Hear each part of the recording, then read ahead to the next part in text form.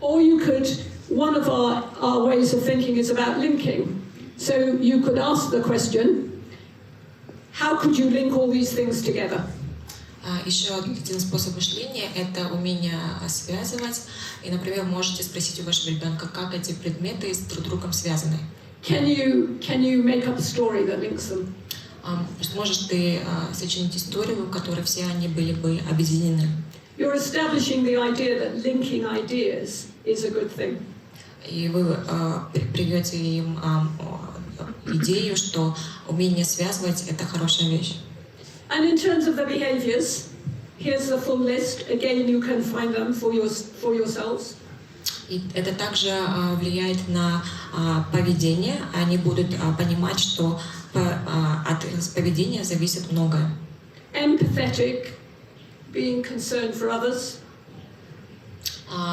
Здесь указаны типы поведения. Например, это эмпатичность, когда человек заботится о других. Agile and flexible in your thinking.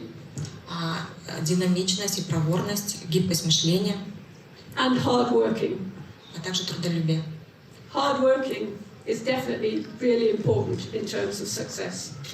В плане успеха трудолюбие это самое важное значение играет. So we can do this in many kinds of ways. In school, we may take a text, a novel, for example, in English, and we may apply some of those ideas to the characters.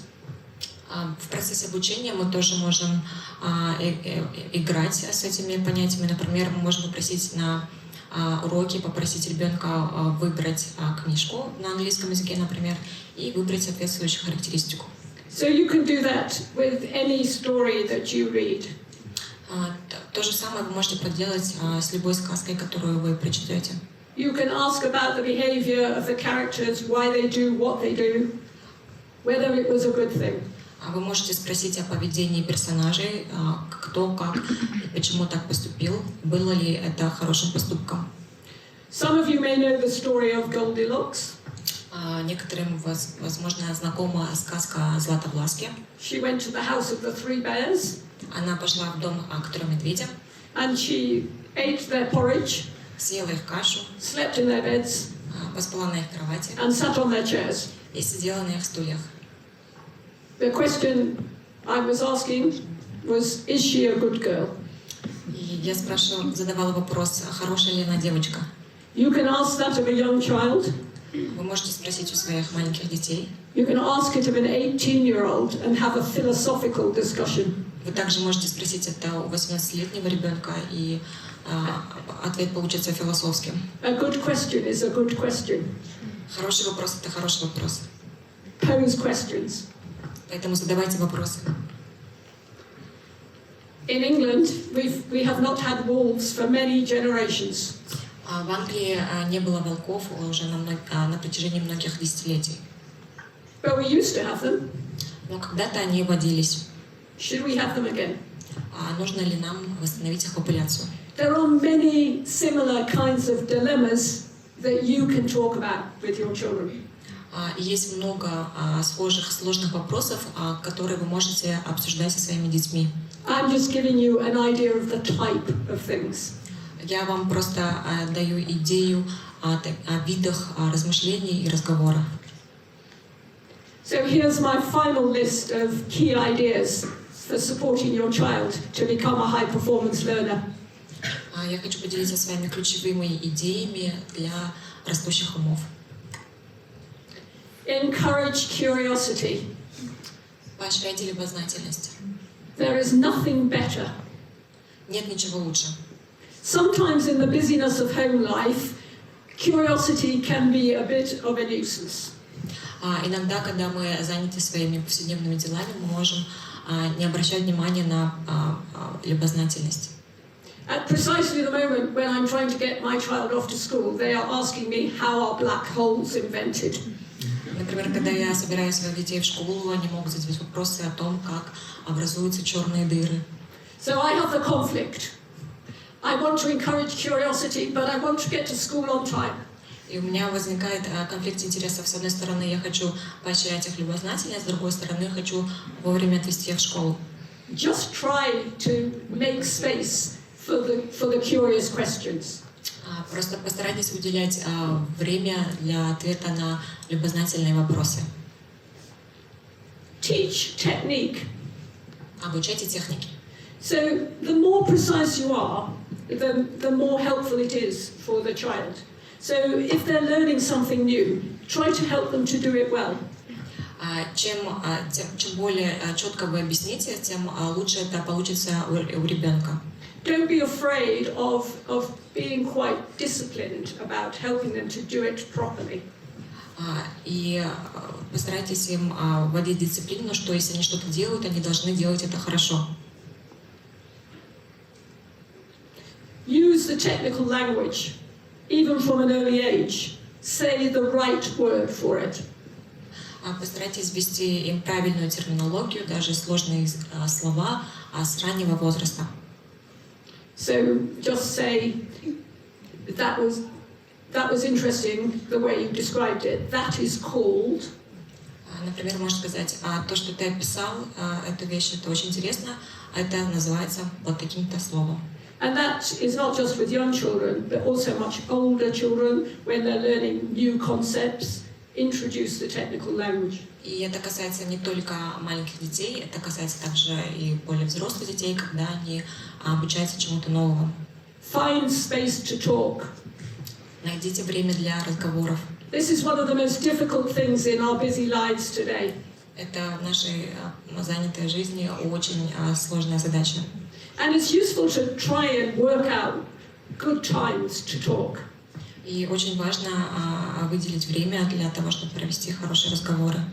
We used to talk in the car on the way to and from school. Мы раньше разговаривали с детьми по дороге в школу и обратно. No mobile phone, no listening to anything else, just talk. Тогда было запрещено пользоваться телефонами или слушать что-то другое. Мы только разговаривали. That was our special time. Это было наше особенное время. It doesn't have to be that time. Не обязательно именно в такое время вести разговоры. It could be bedtime or meal times. The important thing is that you somehow find time to have conversations. Это может быть время перед сном или время за ужином, но это должно быть время, которое вы выделяете для бесед. Because that's when you really learn what's going on in their mind. И именно тогда вы сможете понять, что происходит в умах ваших детей. Encourage when things go wrong. Подбадривайте, когда что-то идет не так. It's so hard as a parent when things go wrong for your child. Родителям очень сложно, когда у их детей что-то не получается. You just want to make it better. Вы просто хотите помочь им сделать это лучше. But you need them to learn how to deal and manage with failure. Но вы должны научить ваших детей, как справляться с неудачами. And to not see failure as something devastating. И вы должны научить детей не рассматривать неудачи как что-то такое, от чего у них опускаются руки. Because it is a learning point. When it goes wrong, you can learn from it. Потому что именно в таких ситуациях они смогут научиться чему-то новому. And they may not feel that immediately. И, возможно, у них не сразу появится такое чувство. But you want them to learn that they have to just keep at it. Но вы должны их научить, что они должны продолжать стараться. I just want to make the point that not everyone is a winner early. Я хочу отметить, что не каждый ребенок проявляет себя с раннего возраста. Your child may have been a slower starter. Ваш ребенок может медленнее развиваться в начале. It does not matter. Но это не имеет значения. Some of the most successful people were slow starters. Некоторые из самых успешных людей в самом начале пути не были так успешны. Some of the most successful people take time to understand new ideas. Некоторым самым успешным людям понадобилось много времени, чтобы понять важные идеи. But once they understand them, they never forget them. Но тогда, когда они поймут эти идеи, тогда они никогда о них не забывают. So speed isn't everything, and don't compare your children to other people's children. Поэтому скорость не так важна, и поэтому не сравнивайте своих детей с чужими. And finally, listen, listen, listen again. И, конечно, слушайте, слушайте и слушайте. There are no perfect parents, but we know that doing the things that matter in terms of cognition can really help your child to be more successful. And working in partnership with your school, high performance learning is just about bringing those things to the fore at home and at school. Вам не обязательно стараться быть идеальными родителями, но мы хотим отметить, что совместные усилия школьного образования, воспитания дома помогут детям стать высокоэффективными. Thank you. Спасибо.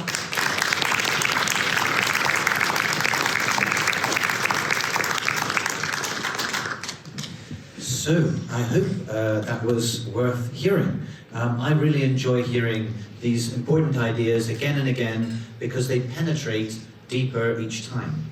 But they are so important for our young people who are discovering learning before they're 18. Я надеюсь, вам было интересно. Лично мне было интересно слушать эту сессию, потому что с каждым разом мы узнаем что-то важное, и у нас есть возможность привить вашим детям качества, о которых мы сегодня говорили. So we've got a chance for some questions. I'm going to put the Haileybury website on the board in a minute just so you can see where you can find out more if you want to, and show perhaps another partner who's not here, or you can even discuss it with your children if you want to. Сейчас у вас будет возможность задать вопросы, а сейчас на экран я выведу страницу нашего веб-сайта, и вы сможете затем обсудить сегодняшнюю тему дома с теми, кто не смог присоединиться, или даже с вашими детьми.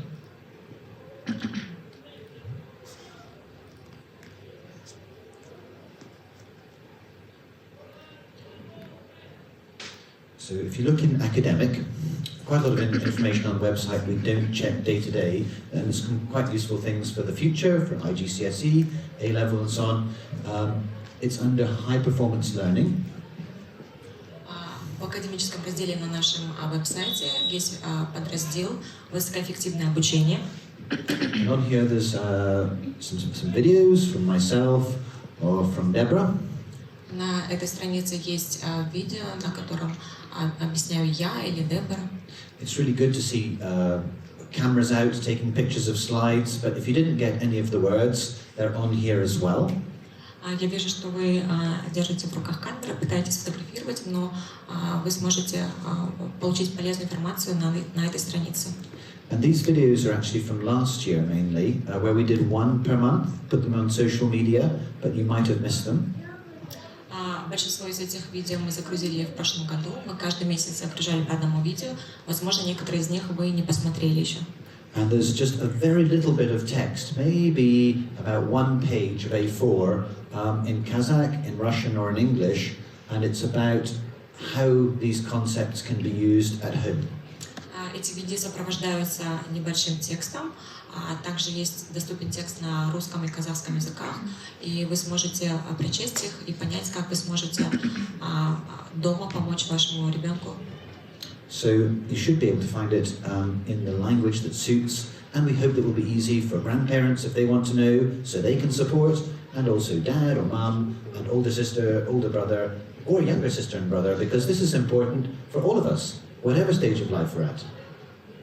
Вы сможете выбрать язык, который вам более подходит, и вы сможете также эту информацию донести для остальных родителей, для бабушек, дедушек или для родных братьев, сестер, потому что в каком бы возрасте мы ни были, все эти качества очень важны. So I think if anybody would like to ask a question, I can pass the microphone, and then we could ask Deborah and Sel to work together, because we only got one microphone. So if you wanted to come together, have a question over here. Я буду по-русски даже говорить. Я благодарю вас за такую интересную лекцию. Thank you for this interesting lecture. И я хотела бы поблагодарить школу, потому что все дети рождаются с крыльями, и только учителя помогают им взлететь. And I would also like to thank the school, because I believe that every child has wings, and only the schools allow them to fly. And home. Да, и каждый день я привожу своего ребенка и забираю сама, потому что это время, когда мы вместе в машине, это самое happy hour for us. Every day I bring my child to school and get them home again, and this is happy hours for us. Потому что в это время я спрашиваю, что тебе было интересно в школе, что ты чувствовал, что тебя огорчило, что было тебе смешно, что было полезно и что было для тебя ценным. Because during this time I ask my child what was interesting for you, what was fun, what did you feel. И только с помощью этих чувств я понимаю, какой предмет ребенок любит и что он взял на этом предмете, какие знания были ценны для него. Based on his feelings, I have an understanding of what subject he likes. Я знаю, что роботикс, масс и другие предметы, о которых он рассказывает с эмоциями, это то, что развивает школа. И все навыки, которые были сегодня описаны в лекции, я понимаю, что мой сын дельфин.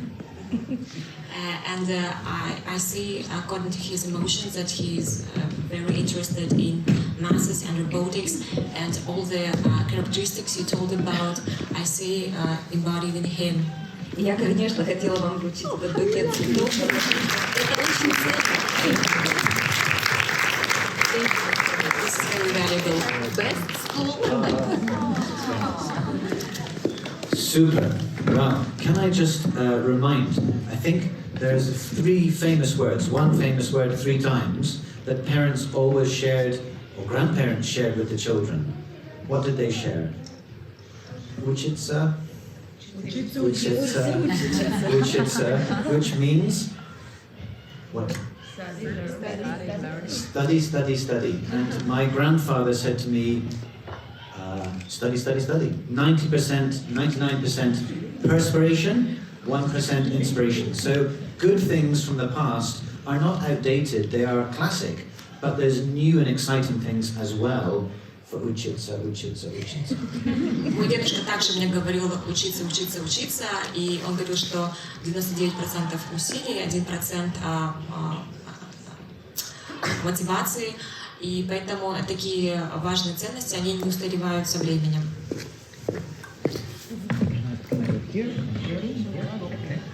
If anybody has to leave, we understand. There is coffee outside as well, but we've got time for a few more questions. Hello. Yeah. Hi. It was a wonderful lecture, and at so many places I could really connect. Like the instances you mentioned, like we have to rush for school, but there are questions, and there's a rush. I have a question. I'm a first-time mom. My child is 6 years. And he is inquisitive, and he's like dolphin at sometimes, and sometimes he's a puppy.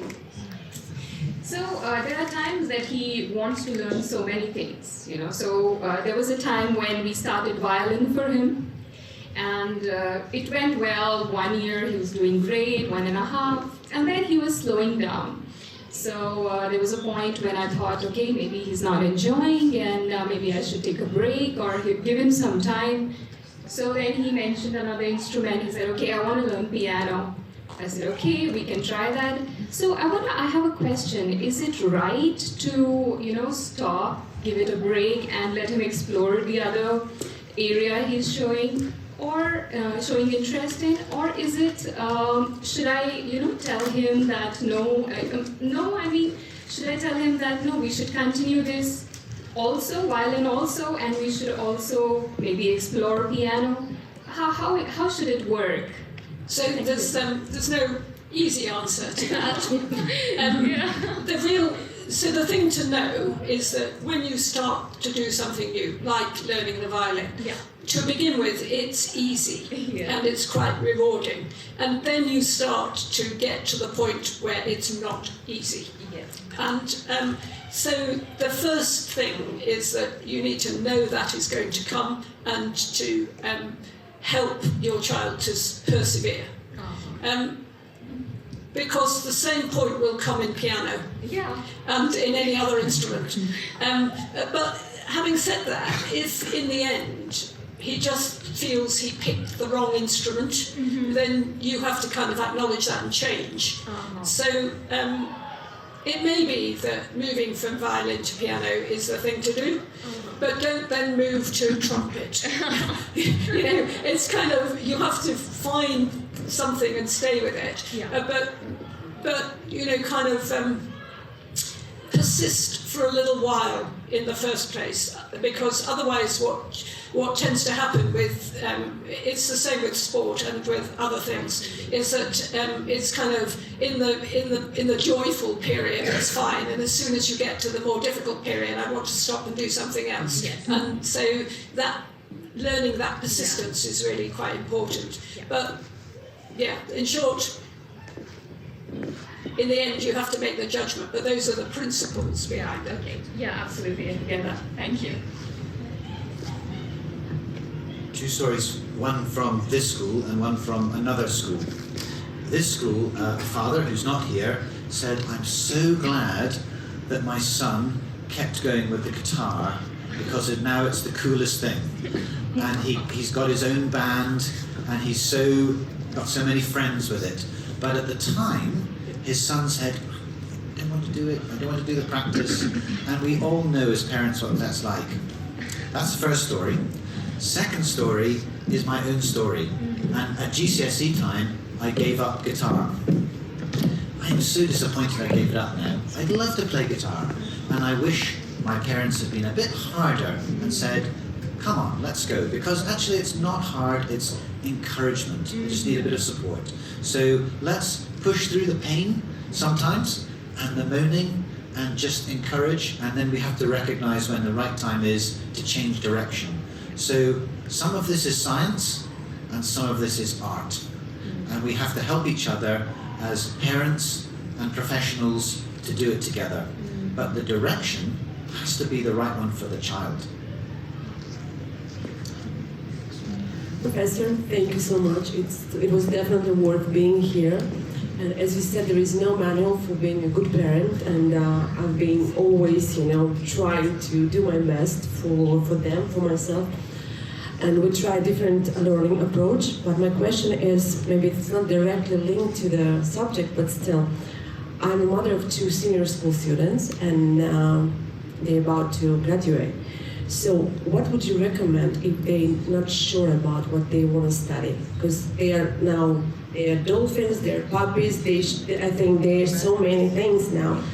And should we take a break from, school, between the school and college, or, it's, what would you say? What to do the best? So, firstly, I think it's both, it's a joy and a challenge that there's more choice than there has ever been in terms of what to do next. So it's a bewildering choice. So if your young person hasn't got a particular area that they know they want to follow, then it's confusing for them. I think firstly, I think it's helpful to try to help them to understand what they like to do. Because if they're going to go on, for example, to university, they're going to spend 3 years doing that. So sometimes when I've been in the university sector, sometimes parents have had a very strong wish about what they would like their child to do, and the child doesn't necessarily, they just want to please their parent. But that's no good, because when they're coming to the university, they're going to spend 3 years doing this thing, only this thing. So even at A-level, you've got a range of subjects. You are doing one subject. So it has to encompass the kinds of things you like doing.